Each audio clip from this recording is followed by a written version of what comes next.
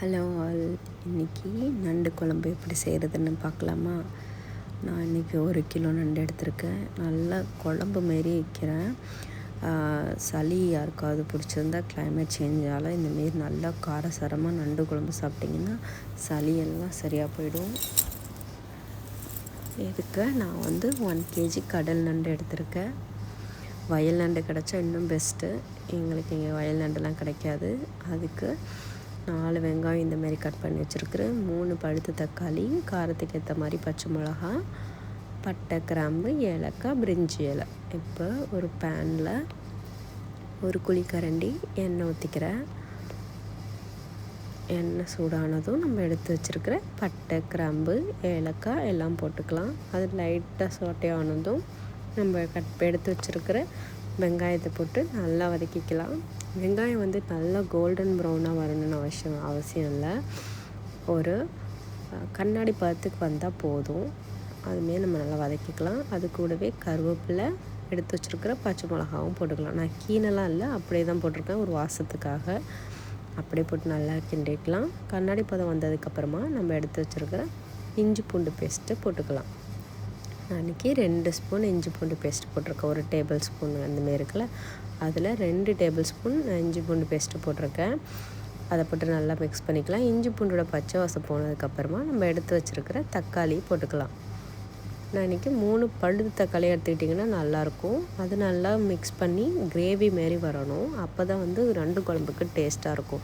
இப்போது நண்டு குழம்பு உங்களுக்கு கிரேவி மாரி வேணும்னா தேங்காய் வேஸ்ட்டை போட்டு அதிகமாக போட்டுட்டு தண்ணியை கம்மி பண்ணிட்டிங்கன்னா அது நண்டு கிரேவி ஆகிடும்.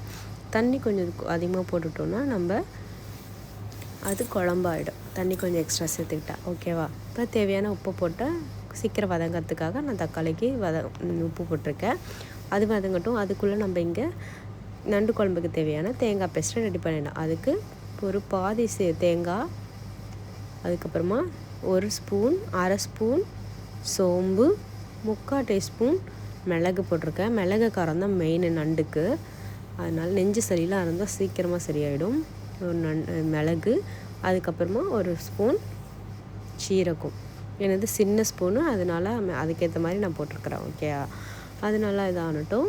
பார்த்திங்கன்னா தக்காளி லைட்டாக வதங்கிருச்சு. இப்போ நம்ம குழம்புக்கு தேவையான மசாலா ஆட் பண்ணிக்கலாம். மஞ்சத்தூள், குழம்பு மிளகாய்த்தூள் 2 ஸ்பூன், மல்லித்தூள் 2 ஸ்பூன், 1 ஸ்பூன் வெறும் மிளகாய்த்தூள். அவ்வளோதான், வேறு எதுவும் இதில் ஆட் பண்ணலை. இதை போட்டு நல்லா மிக்ஸ் பண்ணிக்கலாம். நல்லா அந்த மிளகாத்தூள் எல்லாமே பச்சை வாசம் போய் நல்லா மசாலா மிக்ஸ் ஆகி எண்ணெய் பிரிஞ்சு வர வரைக்கும் வெயிட் பண்ணுங்கள். இப்போ பார்த்திங்கன்னா எண்ணெய் நல்லா பிரிஞ்சு வந்துருச்சு. இப்போ நம்ம எடுத்து வச்சுருக்கிற நண்டை எடுத்து போட்டு நல்லா மிக்ஸ் பண்ணிக்கலாம். நண்டை போட்டு மிக்ஸ் பண்ணுறது கொஞ்சம் கஷ்டமாக இருக்கும். அதனால் ஒரு பெரிய சாரணி எடுத்துக்கோங்க. அப்போ தான் நல்லா மிக்ஸ் பண்ண முடியும். அது கொஞ்சம் ஜென்டிலாக தான் நம்ம மிக்ஸ் பண்ண முடியும். கொஞ்சம் கஷ்டமாக இருக்கும். அதனால் நீங்கள் லைட்டாக மிக்ஸ் பண்ணி விடுங்க. பாருங்கள், எனக்கே எவ்வளோ கஷ்டமாக இருந்துச்சு. அதனால் கொஞ்சம் லைட்டாக, ஏன்னா எல்லாத்துலேயும் மசாலா படணும், அந்தமாரி நல்லா மிக்ஸ் பண்ணிக்கோங்க. மிக்ஸ் பண்ணிவிட்டு அது 2 நிமிஷம் அப்படியே விட்டுட்டிங்கன்னா நண்டில் இருக்கிற எக்ஸஸ் வாட்டர் வந்துடும். அதுக்கப்புறமா நம்ம எடுத்து வச்சுருக்கிற 1 கப்பு தண்ணி அதுக்கு நான் ஊற்றிருக்கிறேன்.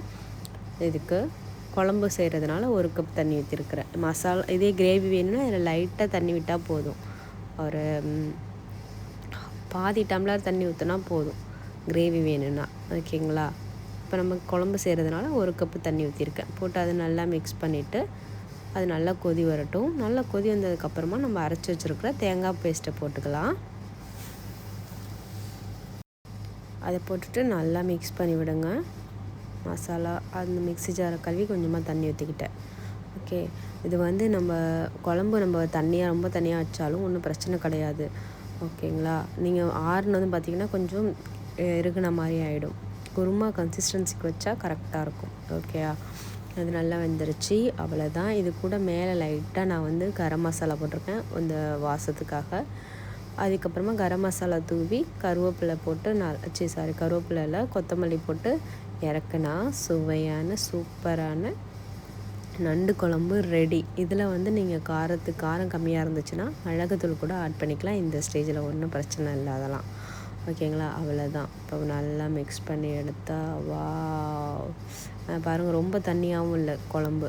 கிரேவி மாரி குருமா மாரி இருக்கா? அவ்வளோதான். இந்த கன்சிஸ்டன்சிக்கு வந்து எடுத்துட்டோம்னா ரெடி. இது நல்லா சுடுசோறுக்கு, சப்பாத்திக்கு, தோசைக்கு, இட்லிக்கெலாம் வச்சு சாப்பிட்டா அப்படி இருக்கும். ட்ரை பண்ணி பார்த்துட்டு எப்படி இருக்குன்னு சொல்லுங்கள்.